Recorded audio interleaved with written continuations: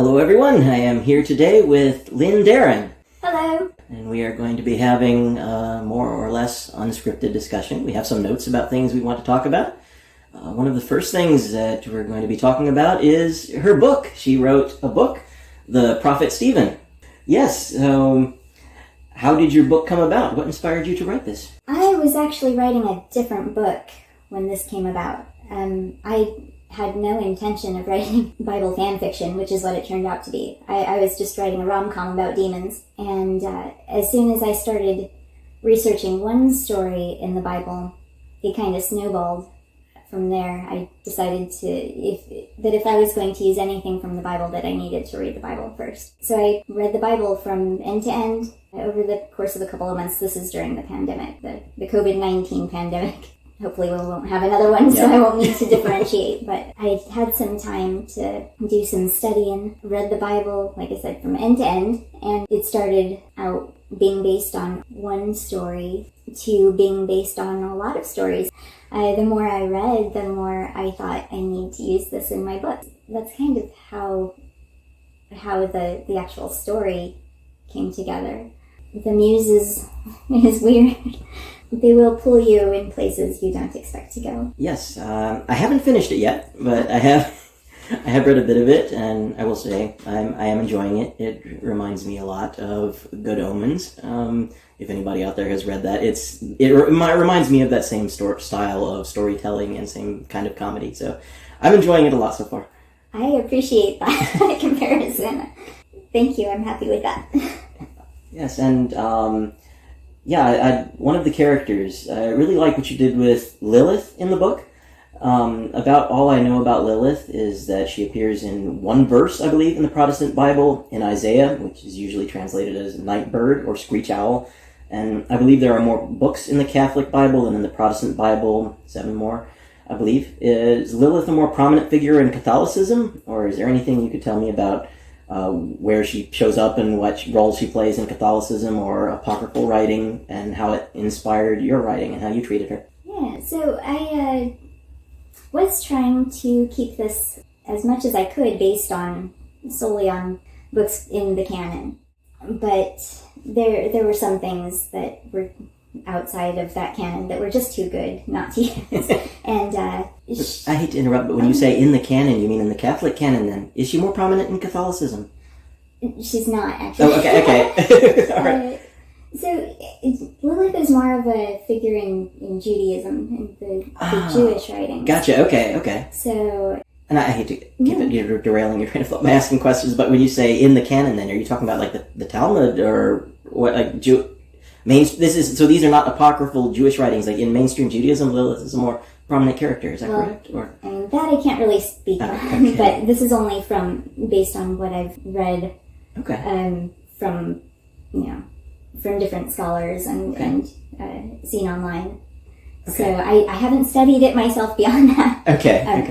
Disclaimer, I'm not a scholar on any biblical works. I haven't done anything.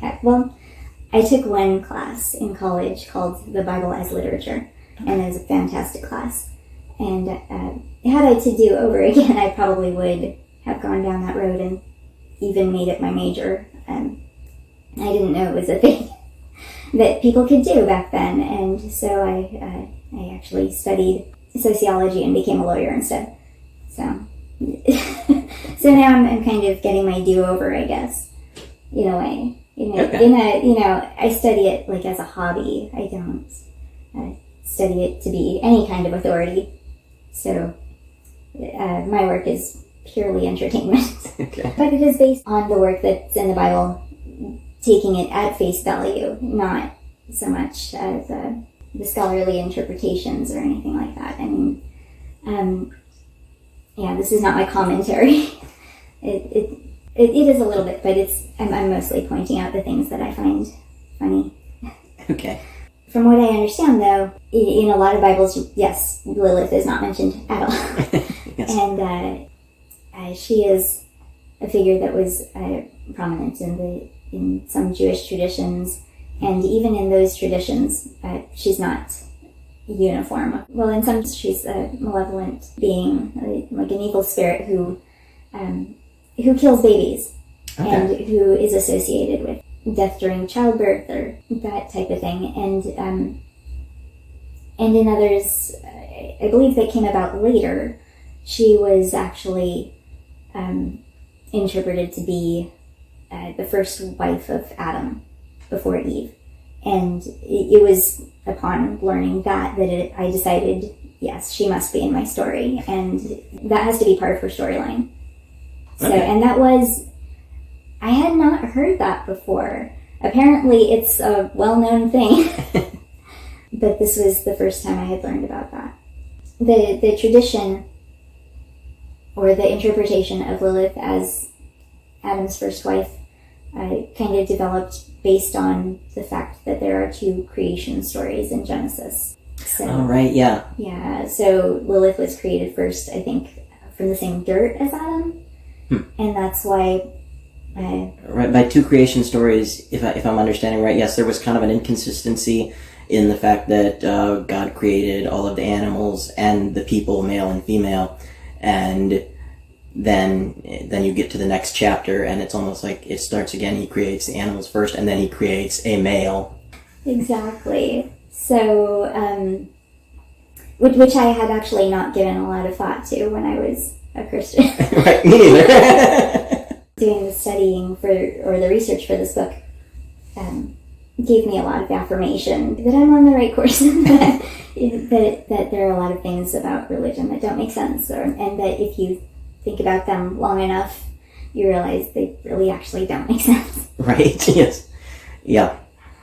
So, yes, I believe the mythology is that, they picked up on the fact that it seemed as though there were 2 different versions of the story, and so to accommodate the fact that he created the male and female humans, and then in the second story, he made man, and then later on he created a female. That's how they kind of tried to fix that by adding the element of they created Adam and Lilith, and then Lilith and Adam had some kind of a problem. They got into a fight, and she ran off and became the mother of demons or something like it. I don't know. It's been a long time since I've heard this story, but that more or less. That is the gist. Yes, yes. Okay. From what I understand, more specifically, she was not willing to be subservient to him. Okay. And actually, even more specifically, she refused to be under him while having sex. She wanted to be on top. Okay. And he was not having that, so she left. And I think that she actually flew to a lake or something. The details get fuzzy after that. But, so, somewhere in the mythology preserved for posterity, we have the sexual preferences of some scribe who wrote this story and indirectly told us what he did and did not like. Okay. I have heard that the Lilith legend is kind of tied to like an equivalent to the succubus legend as well. Is that accurate, or is that just something I heard that someone was just talking out of their ass? Well, that's possible. Okay. But no, I mean you are right. You're not wrong. I can't remember where I heard that. It was some time ago, but okay. But that is accurate. There are traditions where she's equated with the succubus, and there's a male version of Lilith that are the incubus. Oh, right. So So there's a male version of that form of demon, and that are the male Liliths, and then the female Lilith demons. Okay. And even they have specific names, like people names. Right. So that's interesting. So she seems to kind of fill a lot of roles, say infant mortality, nocturnal emissions, and Right. Wives not submitting to their husbands. So she's kind of a scapegoat for a lot of things that men were upset about back then. Yes, she was a good outlet, I guess, in that way, which is probably why some people actually see her as they've turned it around and have used her as kind of a symbol for feminism. Right, yeah. Well. Okay. So maybe because she left on her own accord, probably for many reasons, she can also be seen as a hero to women or some sort of a feminist figure. Right, okay. Makes sense. And your book draws attention to a number of biblical stories that they tend to avoid or gloss over in Sunday school. There's a reference to a story in 2 Kings where the author of that story attempts to demonstrate that Elisha had taken over Elijah's place as God's new prophet by having him curse a group of children who had made fun of him for being bald, and the bears show up and slaughter 42 children. And you have a similar passage in your story where someone is mocked for being bald, and then a bear shows up and comes up and kills these kids. And do you have a favorite dark Bible passage, and what role, if any, did these lesser-known Bible stories play in your deconversion? Yeah, so the bear attack in the Bible is definitely one of my favorites. It is. It does have a certain comedy value to it, doesn't it? It does. It's so ridiculous. So yeah, when I learned about this bear attack, because again, it's one of those stories that was not taught to us, or I'd like to think that if I heard it, it would not be one of those that I forgot. Because I did have trouble paying attention while I was in Bible study and at church. But bears mauling and tearing to shreds a bunch of boys for making fun of somebody, I'd like to think I'd remember that. So when I learned of that recently, yeah, I decided that had to go in the book. It's in the book. And I tried to draw those types of parallelisms as much as I could, and make my book available to atheists because they tend to be more likely to have read the Bible than Christians. I never read the Bible as a Christian. I had intentions to read it, but I never made it through very much. Yeah, I went through it twice as a Christian.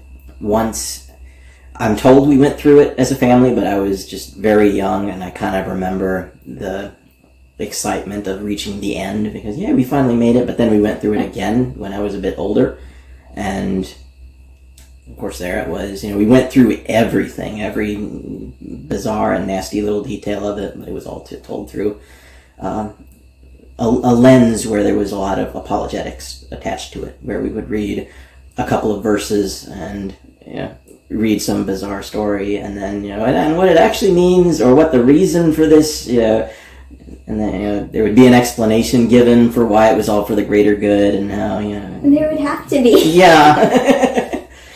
Yeah. Yeah, I can't imagine going through it without those, and just being expected to be okay with it. Yeah, I mean, there's a whole bunch of genocide, and there's I think it's in Numbers 31, where you have a genocide takes place, and they bring back some captives. They bring back some of the women, I believe, and some of the women and children, I think. And Moses throws a fit because, why have you spared women and children? And kill all the women, kill all the male babies, but all the girls who are sexually pure, you can keep them for yourselves. And the whole apologetic around that. How fortunate for these girls that they get to be joined into God's people and go on to live happily ever after, and sometimes excuses about, God knows everything and God always has a reason, so surely if these people had been around, if they had survived and continued their lineage, you don't know, maybe they were carrying some disease, or maybe they would have developed some weapon, developed nuclear bombs and, destroyed the world. You don't know. God had a reason. Just accept it. And it's no, it's, it's literally a story about this tribe wiping out their neighbors and taking their land and taking young sexually pure girls as sex slaves and saying it's okay because my God is bigger than your God. Yeah, lucky them. It's yeah, those kind of excuses, trying to justify the nastier parts of the Bible and everything. Yeah, that really didn't have much to do with my leaving the Christian faith, but it did have a part in my leaving my more fundamentalist roots of the faith. I kind of went to not taking the whole Bible literally as a result of it, because I couldn't really reconcile it. The idea that God is, all powerful and all loving, but then he's just barbaric buffoon in the first half of the Bible, and you have to come up with these convoluted excuses and stories in between the stories that aren't really even hinted at to try to make it one cohesive story. And yeah, that did play a part in my leaving the cult and just becoming a more mainstream Christian. Yeah, see, they just kept those stories from us. I didn't learn them until later. So they didn't play a part in me leaving the faith, but they played a part afterward. They helped me look back on my time as a Christian and think, I was part of that. That's the book that I was subscribing to. That's unfortunate. Yeah. Do you have a favorite part of the book? Oh, so many. And I mean your book. I mean, if you had a favorite part of the Bible that you want to go over, we can go over that as well. But I will want to be getting back to your book as well. Oh goodness. But Lot's daughters trying to get pregnant. Oh goodness, yes. The bears, of course, and talking animals. Yeah. Yeah. The angels, the biblically accurate angels. Oh, they're fantastic. Yes. Did not know those were a thing while I was a Christian.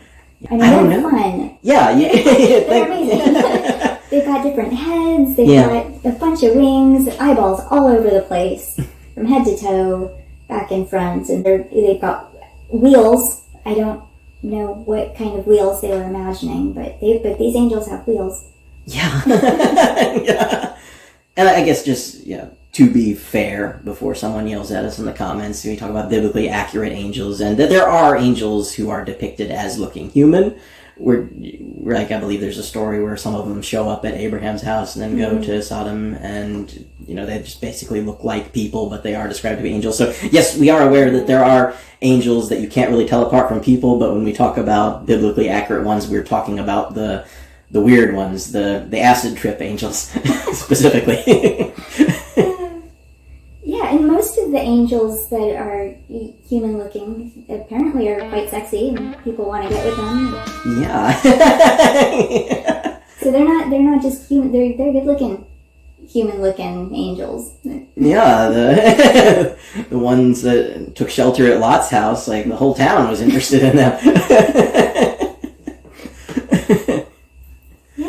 Okay, Raphael was another character in my book, and who is, may or may not be surprised to find out that Raphael, the name, does not appear anywhere in the Bible. I wasn't sure. I've heard the name referenced, just through church doctrine, but I wasn't aware that it was in the Bible. I hadn't hunted to make sure, but I wasn't aware of it any actual use. Michael, I believe, is, but Raphael, no. Michael and Gabriel are the two angels that are named. Well, right, yeah, of course, Gabriel is. Of course, he plays a rather important role, doesn't he? Somewhat. He does something with having to do. I think he's around in the time of Jesus. Yeah. No, at risk of making a complete idiot of myself, he is Gabriel the one who goes and tells Mary that she has been divinely raped? Yeah. He says it in different words. Yes, I think that was Gabriel. If I'm wrong, someone's gonna rightly call me an idiot in the comments, but I think that's the role Gabriel played. Actually, some traditions hold that, I forget where, I want to say Gethsemane, but don't quote me on that.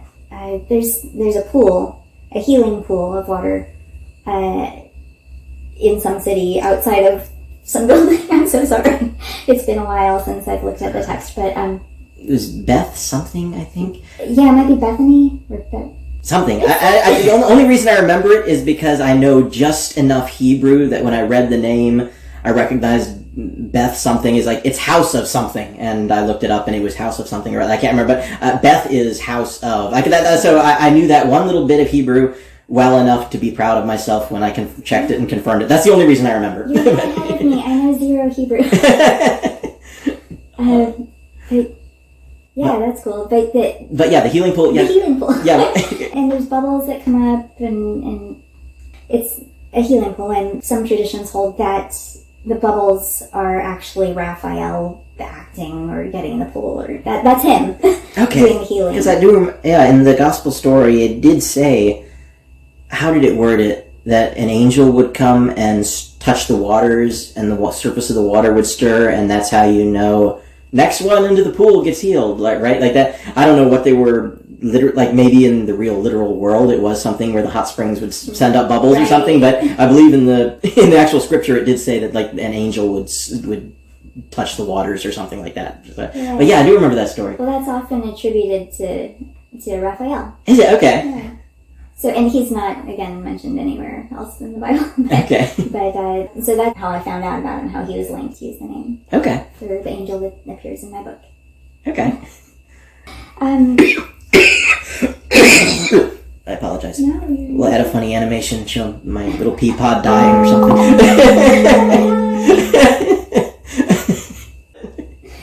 No, it's funny because, I mean, I write for fun, mostly. I'm an editor as a living. I mean, that's what I do all day, is I edit other people's writing. So this was a good outlet for me, but I realize, I do, that literature is not a very prominent form of entertainment these days. I don't know a lot of people who read. I know a few people who read for entertainment, but it's fewer and fewer, and it's been going in that direction for a while. Yeah, I think that's true. And unfortunately, I don't yet have an audiobook form of this, but it will be in audio format someday. Okay, yeah, that's mostly how I consume my books these days, is through audiobooks. It's efficient that I can be working and be listening to an audiobook at the same time, whereas if I get off work, then I enjoy reading, but for some reason it's easier just to pick up a remote and turn on the TV and just watch my entertainment. And I have the unfortunate setup that the same chair that is next to my bookcase is also pointed toward my TV. So every time I approach that chair, I have to make that decision. Do I pull a book off the shelf, or do I just turn the TV on? I do the same thing. Especially, I mean, because I read for a living, and not a lot of fiction, but I do read some fiction as part of my job. But then, to go and read for fun after that, it's hard. So I do tend to pick videos and movies and TV instead. Yeah. And when I do read, I also do listen to them in audio format. I believe you said you were a Catholic and then you transitioned to being a Protestant. And what was that transition like for you? And did it take any convincing, or did you just follow your parents' lead and trust them that, they're Protestants now and they know they've got it together clearly, so they must be right? Or what was that switch like for you, and did you resist it at all? Or no, it was pretty much like you said. I was born into a big Spanish Catholic family, and per tradition, my family went to a bunch of Catholic masses, and it was a lot of routine and memorizing, what to say and when to kneel, when to stand, when to go up and get the cracker and the wine. And then it was because we moved to be closer to some family, and that bit of family started attending a Protestant Christian church, and a mega church, actually, evangelist. That transition for me, I wish I could tell you that it was harder for me, but it was pretty easy because I trusted my parents kind of wholeheartedly, and like you said, I believed they were doing the right thing, and they knew what they were doing. They kept me alive the first part of my life, so of course they were going to keep doing what was best for me and for my soul. How old were you when the switch happened? I was old enough that I should have known better. I was probably in high school. Okay. And my little brother came to the conclusion that it was all bullshit when he was about 13. And so, he was out of there before me. And my mom had been out before him, so they stopped attending church. Yeah. And it just did not click in my brain why. I thought maybe they were, too busy to to attend church, but that surely they were, taking care of their souls elsewhere. But I kept attending church with my dad and my sister, not really questioning. Okay. The transition into Christianity, it wasn't too big of a difference. I mean, there were no rituals. It was the big rock concert on Sunday that you went to, and you felt the vibes and the Holy Spirit entering you, and you sang along, and it was a good time, and so I went with it. Okay. And when you say it was a mega church, was the pastor anyone I would know from the news? Is it like it wasn't? No. Not one of them. Okay. No, I don't believe so. Okay. I don't think he's made headlines. Okay. All right. I guess, I won't ask you to give a name. I won't ask you to expose him or give away details about where you have lived. Well, I'm actually fine with that asking. Okay. I do get that a lot. And it was a big church in Albuquerque. It's Calvary Chapel, which is part of an association of Calvary Chapels, which is a well-known group of churches. But the thing that I didn't even realize until recently is that it seems like kind of a big box franchise type of church. Okay.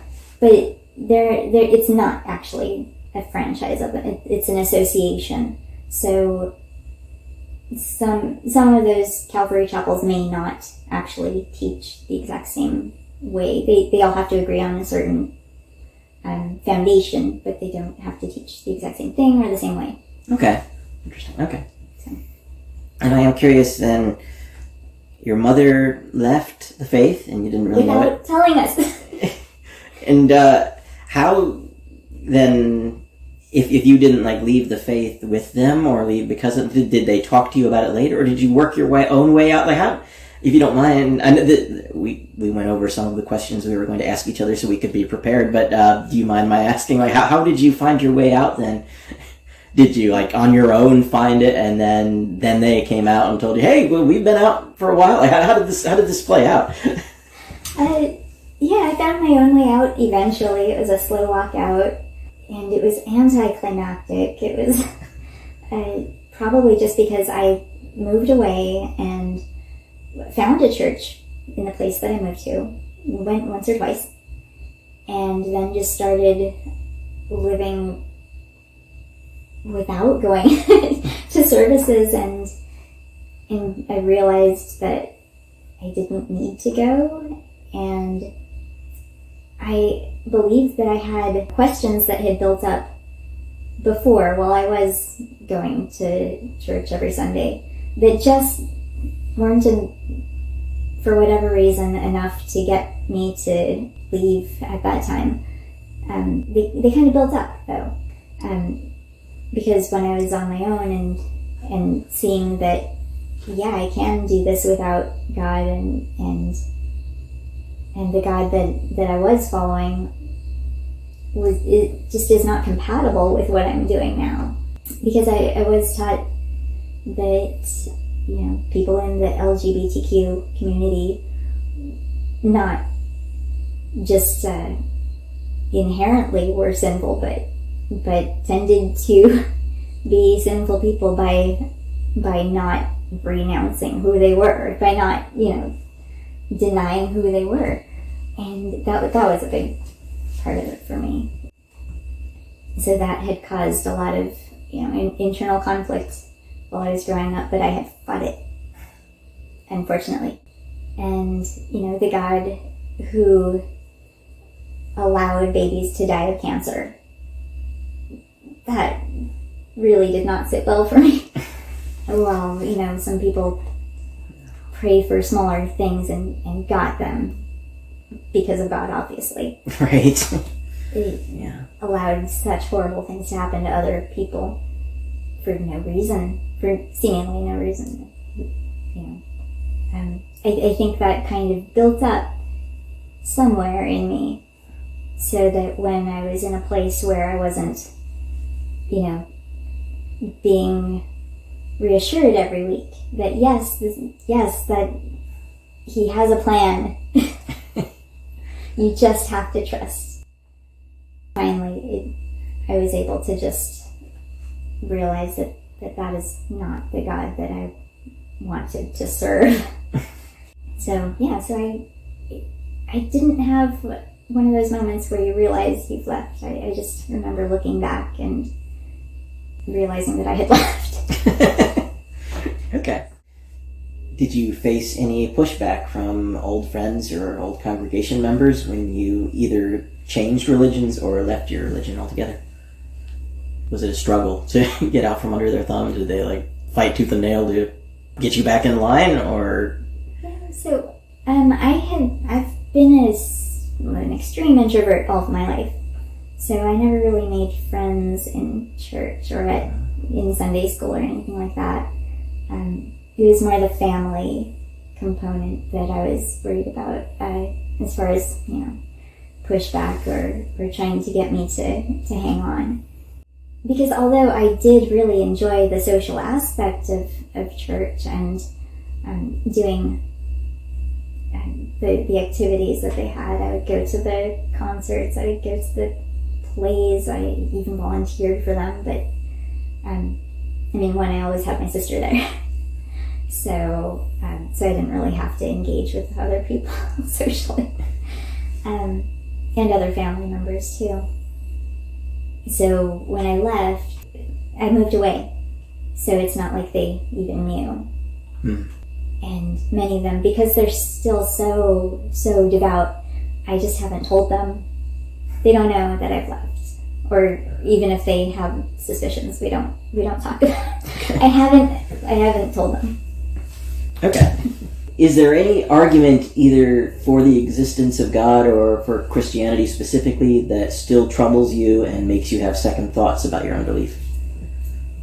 There used to be. Okay. I would, every once in a while, for a few years after I left or lost my religion, I was mostly thinking about hell. That would worry me when, because hell is it gets ingrained in your mind so deep. It doesn't take much to do that, I think, to become etched in your brain, because a little bit of torture is just as bad as, I think, as intense torture. and for eternity, that's thoughts of hell, like the fear that maybe I'm wrong, would creep up once in a while. The other would be that I really would like to see my loved ones again in heaven. That'd be great. But wishing for it is very different from it being a real thing.